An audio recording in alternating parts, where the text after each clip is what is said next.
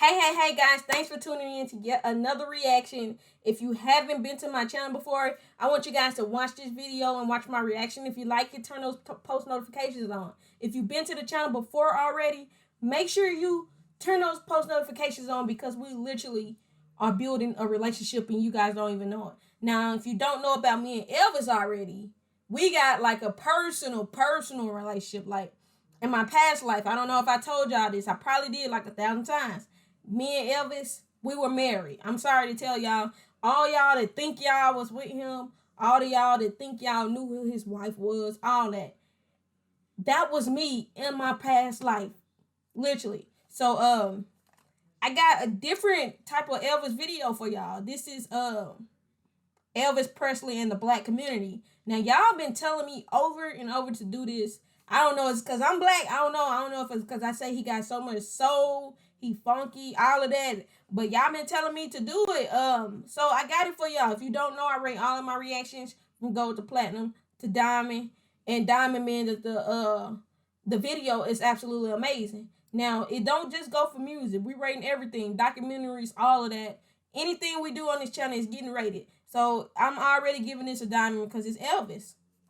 Y'all didn't tell me to watch this for no reason. Literally, this was asked to be watched so many times. So let's see what he talking about. That echo will never die. Should have got me some popcorn. It's 15 minutes.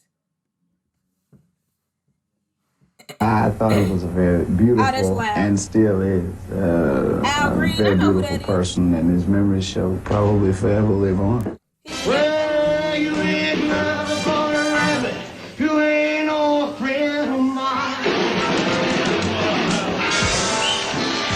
There is no room in this city for the vulgar performances of Elvis Presley. What? It's shocking.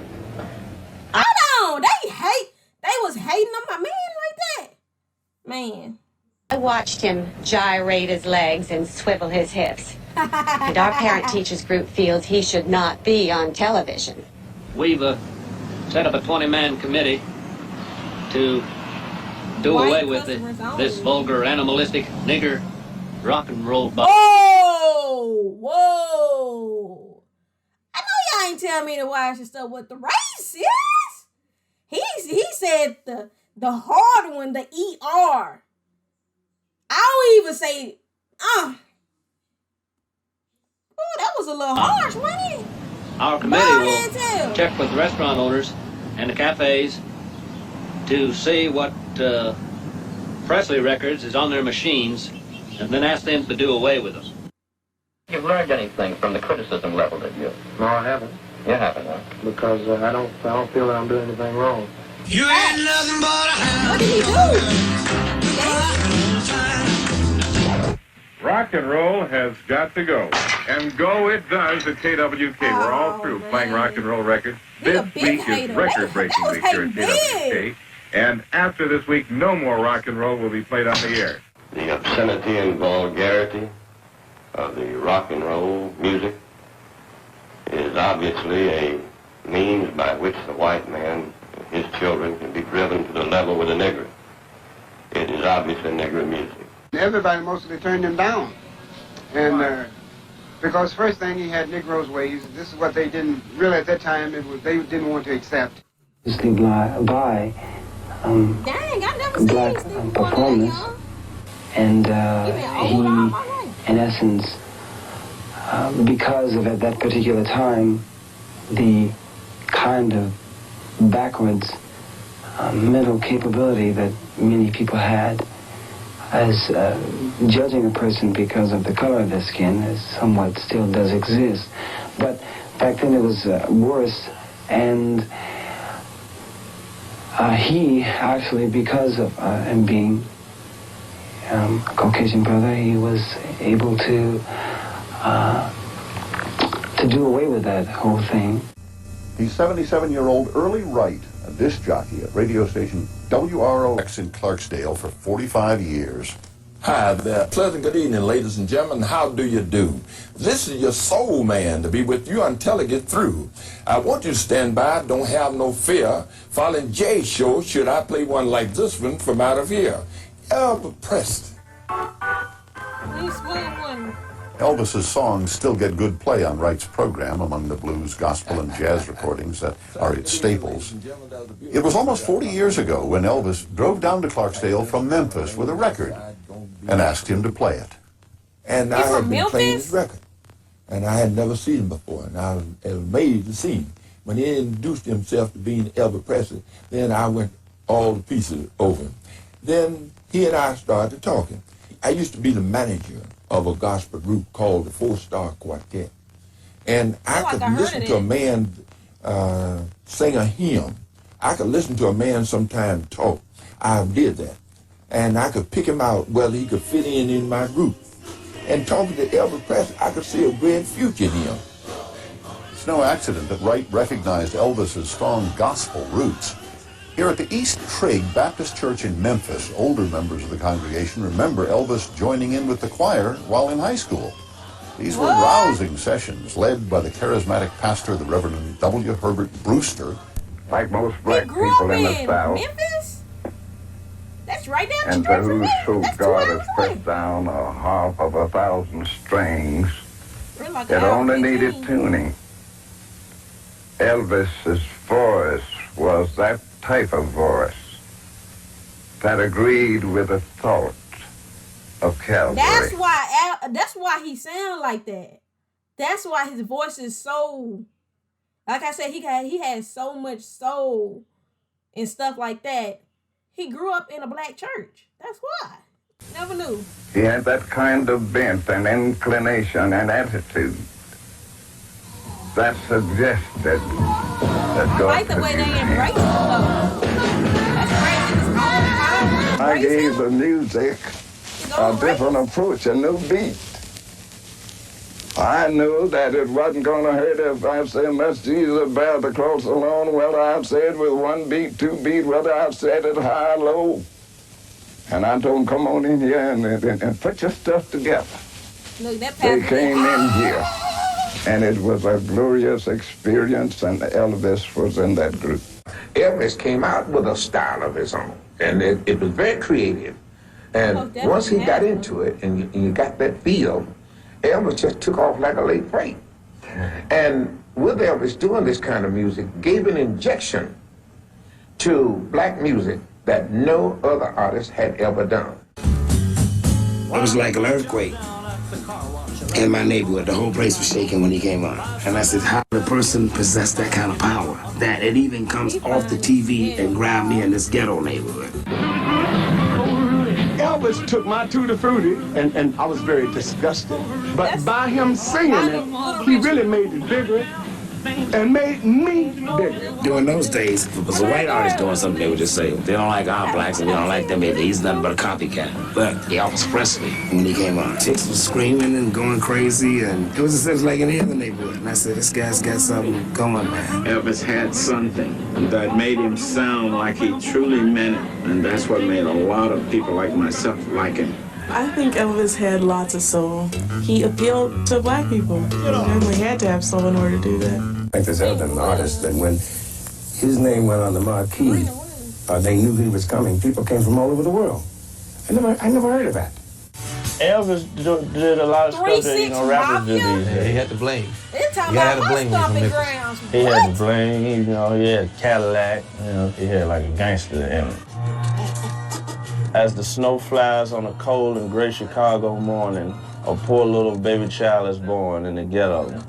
The song also resonates with people who've only met Elvis through his songs. Elvis talking about the hood. They talking about where we come from. Paul Beauregard and Jordan Houston are the Oscar-winning rap duo 3-6 Mafia. They grew up just 2 blocks from Graceland in one of Memphis's poorest neighborhoods. I want to see you scratcher. My mom used to always listen to the song when I was young. They talk about, things that she went through. She had my mom had a bunch of kids, like 9 kids. You know what I'm saying? That's how you gonna get somebody to listen to your song. You talk about what they know about and what they want to hear. And she know about the ghetto, because, she lived in the ghetto. In the ghetto. That's it. And his mama cries. But if there's one thing that she don't need, is another hungry mouth to feed in the ghetto. After we find the part on the record that we want to use, we sample it into the drum machine. or the keyboard. That way we can loop it like. My first line says, first I'm broke, so I hang out with the rat and roach. It's still broke, so I'm sleeping on apartment floors. So it's just like the struggle, you know, what's going on in the hood. First I'm broke, so I hang out with the rat and roach. It's still broke, so I'm sleeping on apartment floors. And I was off beat, but it's all good because it's on TV. maybe do some edits, make me look cool, maybe put my name in the credits. Once we have all that ready, you know, we load it into the drum machine and then pay out. So he starts to roam the streets at night, and he learns how to steal, and he learns how to fight, and begins.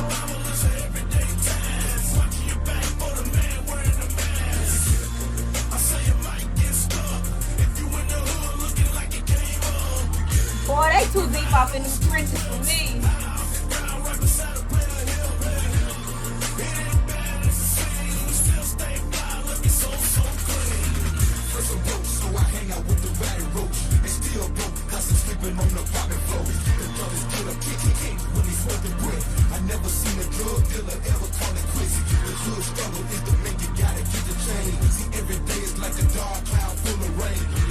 Now, y'all, I like 3 6 Mafia. I like Juicy J, but this right here, this trash. They should live Elvis. I ain't gonna lie.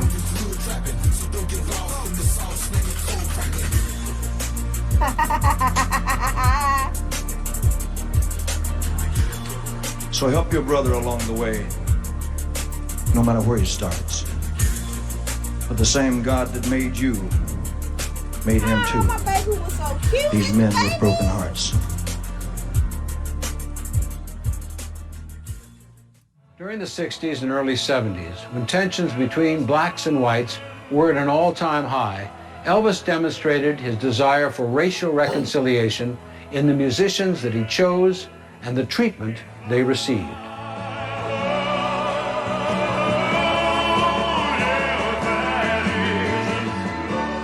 When we first decided to take the gig with Elvis, we had no idea that there would be any racial flack regarding it. Our first racial encounter was when we went to Texas. Elvis was told by his people that, well, you can leave the black girls home. You don't have to bring them. So Elvis wasn't going to do the Astrodome unless his girls could be with him. And he demanded that we be given the star treatment. We had to be in our convertible where everybody could see us, and our little blonde could drive us. And that was his statement. You don't like it? Deal with it, or I'm not going to be there.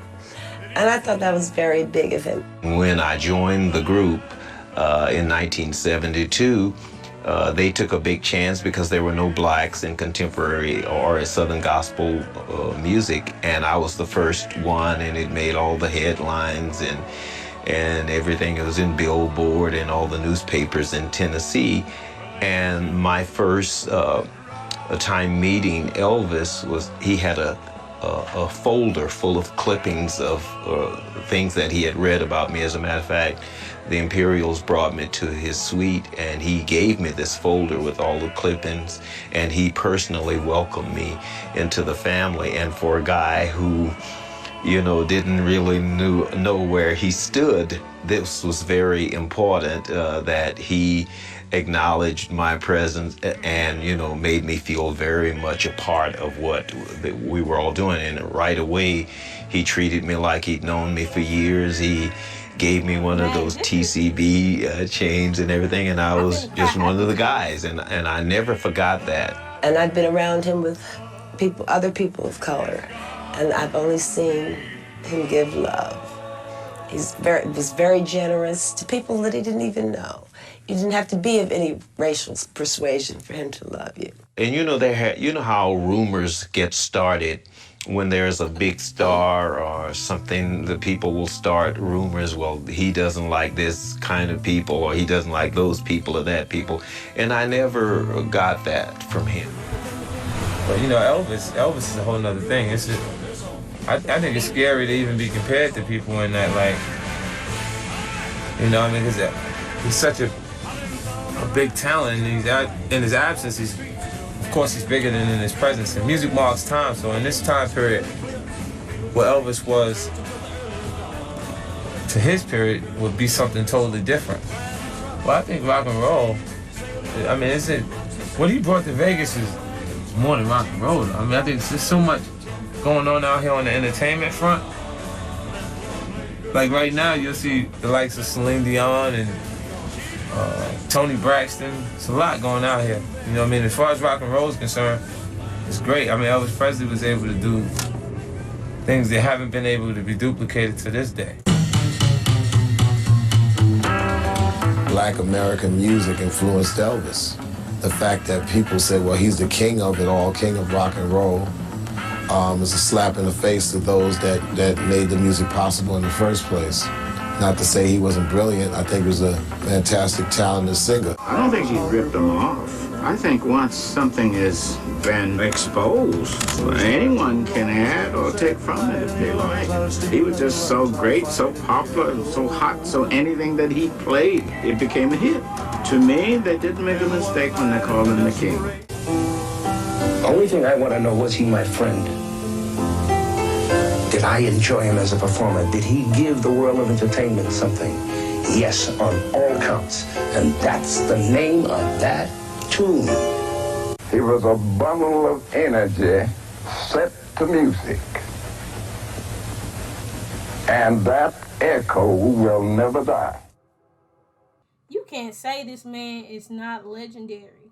Literally, all these different people, mind you, he hadn't said not one word in this video this whole time. We didn't hear nothing come out of his mouth, literally. This is everybody speaking for him. You can't say that's amazing. You go through the beginning of this video to the end, you can see all the negativity and the transition to love. Like, I'm pretty sure all the people that hated back then, they was absolutely dumbfounded when they seen the heights that this man went.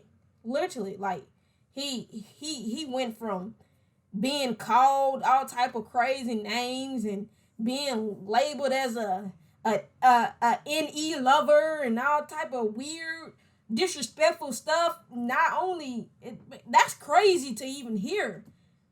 Literally, I don't see how somebody could tolerate that. And he definitely made a big difference, and he didn't tolerate it.